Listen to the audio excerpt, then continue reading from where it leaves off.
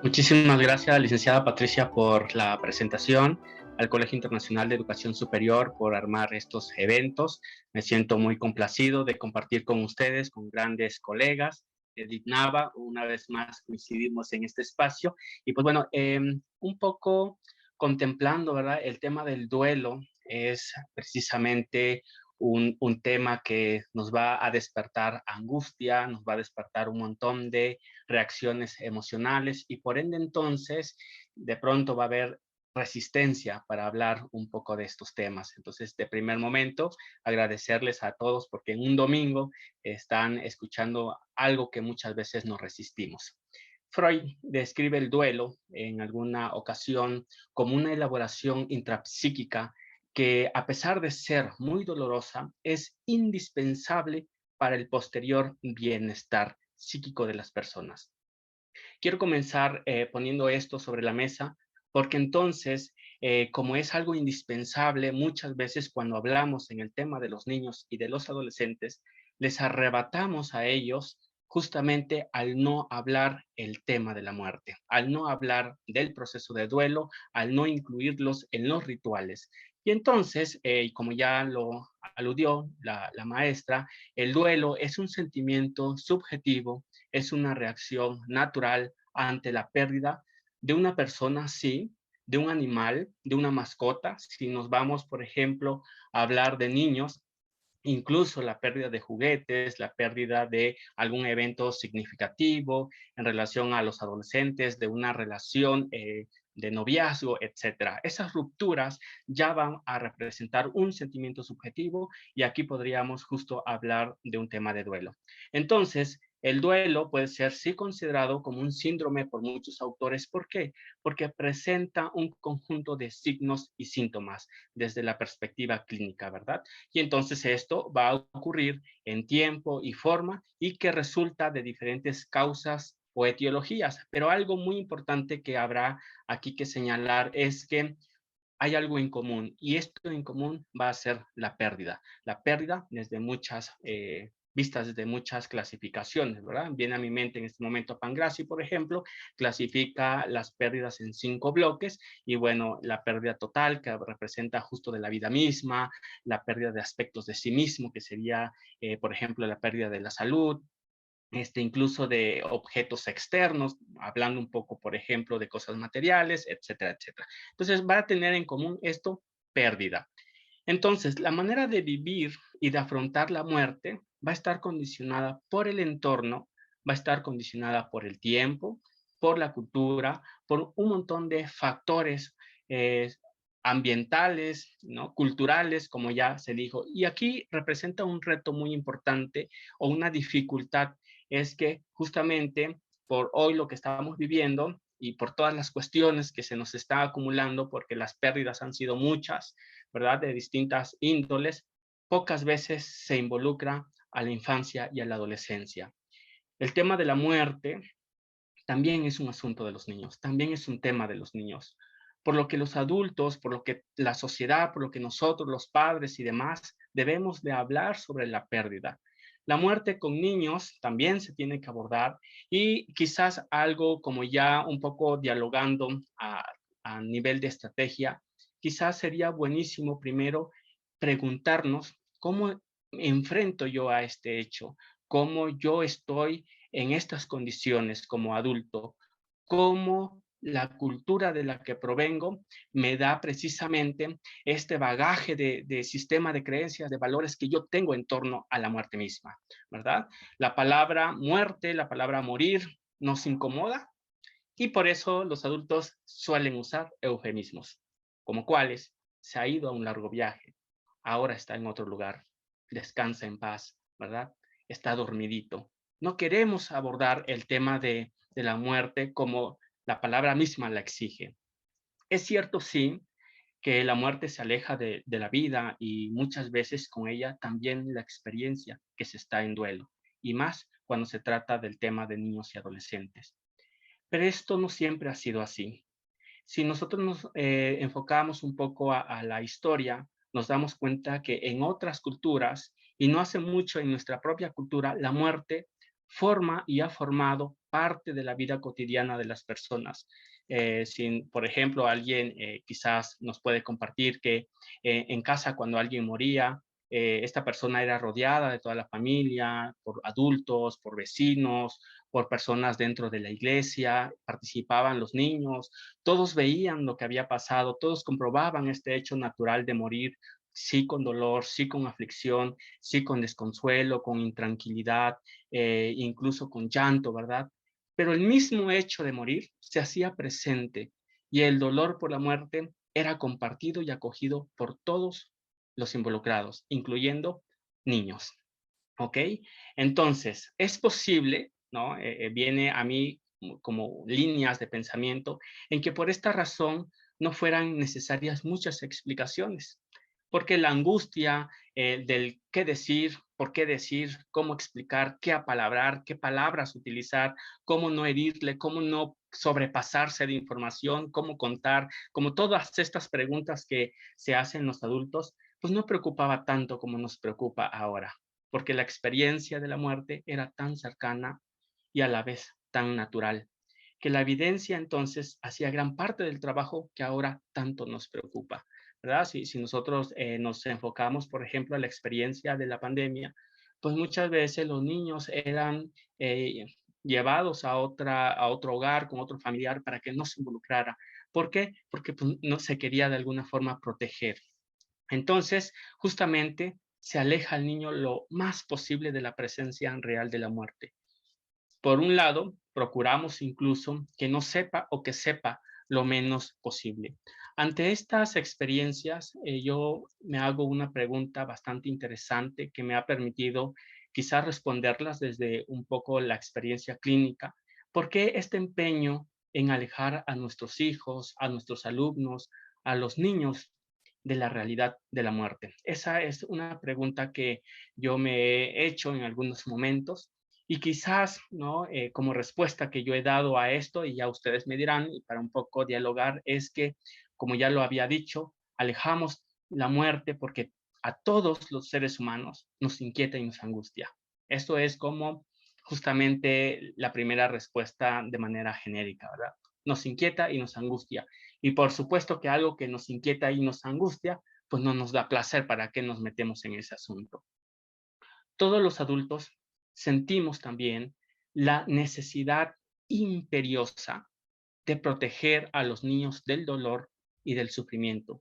Y entonces, por eso tampoco hablamos al respecto. Por otro lado, enseñamos a vivir a los hijos, a los niños, alejándolos de la muerte. Si un poco nos retomamos a estos paradigmas de una vida sin limitaciones, donde todo es posible, donde sufrir es evitable. La muerte, por ejemplo, la mayor de nuestras limitaciones, que es justo el tema que hoy nos convoca, no tiene lugar y nos angustia tanto que alejamos a todos y nos alejamos de todo lo que nosotros podemos. Si nos referimos y un poco rescatamos la teoría, ¿verdad? Existe una teoría que se llama pedagogía de la infinitud.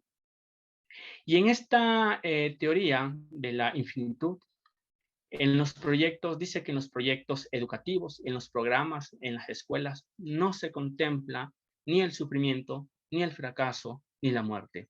Entonces, como no se contempla esto, incluso la cotidianidad del medio educativo es que cuando un niño reprueba, cuando un niño tiene bajas calificaciones, pues es castigado como lo que tiene que evitar en la medida de lo posible. Y entonces los niños no están preparados para todo lo que sea inevitable y doloroso. Así que cuando se encuentran con alguna limitación, la frustración pues es muy grande y los recursos de pronto son tan escasos que la posibilidad de una elaboración adecuada se hace tremendamente muy compleja, muy difícil. Eh, la teoría que yo he utilizado, sobre todo en la atención de duelos, es la teoría de William Warren. William describe 4 tareas de duelo y quizás sirva aquí para ya ir pensando sobre las estrategias de cómo hacer el abordaje con los niños y adolescentes. Él habla como primera tarea aceptar la realidad de la pérdida. ¿Qué quiere decir esto? Aceptar la realidad de la pérdida es que efectivamente existe una pérdida, no es un sueño, no es una pesadilla. Entonces, ¿qué hay que hacer aquí? Hablar de ello. Ujú. ¿En qué sentido? Un poco preguntar cómo sucedió la pérdida, bajo qué condiciones, cómo fue, qué recuerda, qué circunstancias permitieron. Hablar de esto. Cuando la persona se permite entonces hablar de las circunstancias de esta pérdida, sobre todo cuando es una pérdida trágica, ¿verdad? Entonces ya permite justo una evitación de la negación, ¿ok? Como una segunda pérdida es trabajar las emociones y el dolor de la pérdida. Los niños van a tener reacciones emocionales, ¿sí? Reacciones cognitivas, reacciones físicas, sociales, que van a explorar, que van incluso a querer intentar compartir, pero de pronto entonces el reto aquí es que los adultos no permitimos justamente que los niños aborden este tema. Los niños tienen una capacidad impresionante de querer tocar el tema, pero somos los adultos entonces quienes reprimimos. Como una tercera pérdida es adaptarse a un medio en el que el fallecido está ausente. ¿Qué quiere decir esto? Justo que tenemos que ahora aprender a convivir con esa ausencia, compartiendo los recuerdos, compartiendo sus enseñanzas, compartiendo justamente pues esa sonrisa, esas experiencias que nos ha dejado. Y como última tarea es recolocar emocionalmente al fallecido y continuar viviendo. Existe de pronto mucha culpa y lo estuvimos viviendo, ¿verdad? En esta pandemia, en donde este sentimiento era uno de los principales que expresaban los dolientes, ¿verdad? Si entonces el abuelo quería ir al hospital y de pronto lo llevamos, pero entonces cometimos un error por haberlo llevado. Mejor lo hubiéramos dejado en casa porque en el hospital pues lo mataron, ¿no? Como estas ideas, estas creencias que de pronto estuvimos escuchando. O de pronto cuando el señor no quería ir al hospital y entonces nosotros no lo llevamos y murió en casa, bueno, debimos haberlo llevado. ¿Por qué? Porque a lo mejor las oportunidades nos las perdimos. Y entonces siempre encontrábamos este sentimiento de culpa. Un poco el abordaje que se hacía para trabajar justamente la culpa es la intencionalidad, ¿verdad? Yo les decía, por ejemplo, a los pacientes, bueno, ¿qué intención tenías tú? Y muchas veces la intención que ellos expresaban era justamente hacer lo mejor para mi paciente, hacer lo mejor para mi familiar.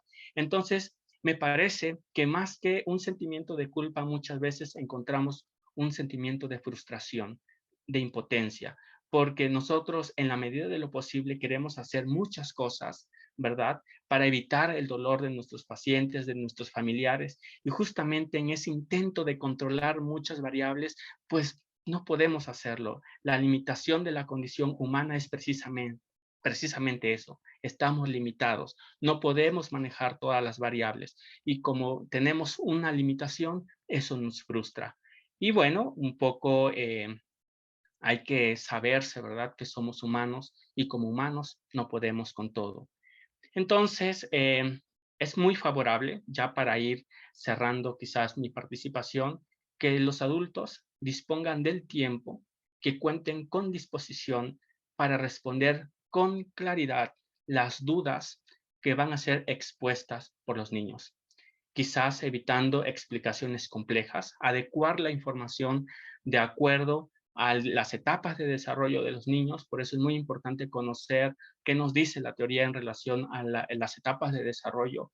Y sobre todo hay que hacer uso de técnicas, ¿verdad? De recursos justamente con los niños. Es decir, quizás hay que hacer uso de los cuentos, de las historias, hay que hacer uso de la narrativa, hay que hacer uso de, por ejemplo, yo con los niños trabajo justamente una caja de recuerdos en donde ellos tienen álbum, en donde ellos me platican sobre sus aventuras, en donde tienen también veladoras, en donde ellos tienen sus propios rituales y entonces también los adultos deberían de tener justamente técnicas para hacer el abordaje con sus hijos. Permitir que los niños expresen sus emociones, sus sentimientos. Esa sería otra de las cuestiones en que los adultos tenemos que permitir validar, ¿no? Validar, empatizar con ellos, incluso sobre nuestras propias emociones como adultos. Muchas veces habíamos encontrado, ¿no? Las mamás, por ejemplo, cuando decían, no quiero que mi hijo me vea llorar porque entonces no quiero que se ponga mal. Y muchas veces le decían, ¿y qué hay si hablan de lo mismo y pueden llorar ambos, ¿no? ¿Qué podría cambiar ahí?